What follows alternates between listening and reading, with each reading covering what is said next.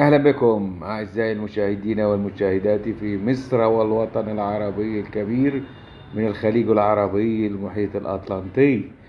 البلوجر المصري العالمي بونجك سيكي يطوف يمينا ويسارا وفي كل الاتجاهات من أجل مصر العروبة والتقدم.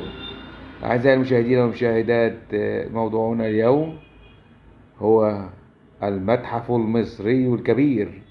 إن المتحف المصري الكبير لهو درة المتاحف العالمية كلها، حيث أن الآثار المصرية تعتبر ثلث آثار العالم جميعا.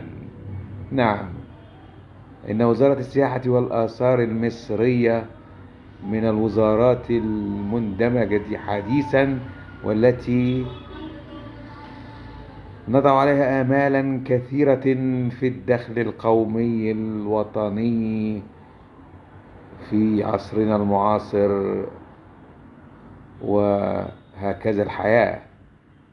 إن لم يستطع الإنسان أن يكون مفيدا لوطنه ولأمته العربية فلا يساوي شيئا في عالمنا المعاصر التكنولوجي والرقمنة الحديثة التي نحياها.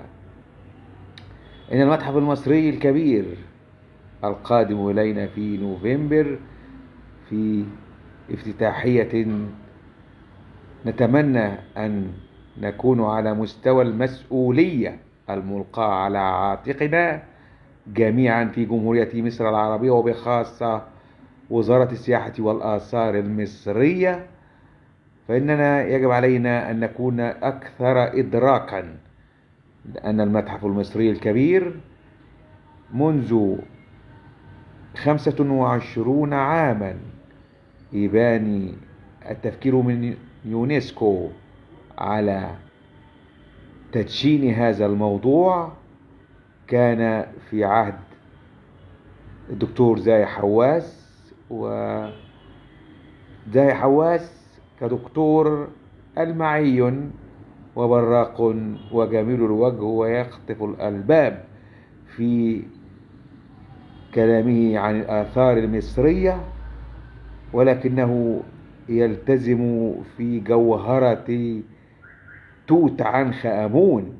نعم، توت عنخ آمون الذي شرفنا بالعمل مع الدكتور زاهي حواس في المكتب الإعلامي الذي أنشئ في عام 2000 بعد انقضاء فترة دكتور جاب الله علي جاب الله، حيث أننا نعتبر من المؤسسين في المكتب الإعلامي في المجلس الآثار، وكان يزاملنا مستشارين أكفاء نذكرهم بالخير: الإعلامي القدير محمد حسين من الإذاعة المصرية، الذي تعلمنا منه الإعلام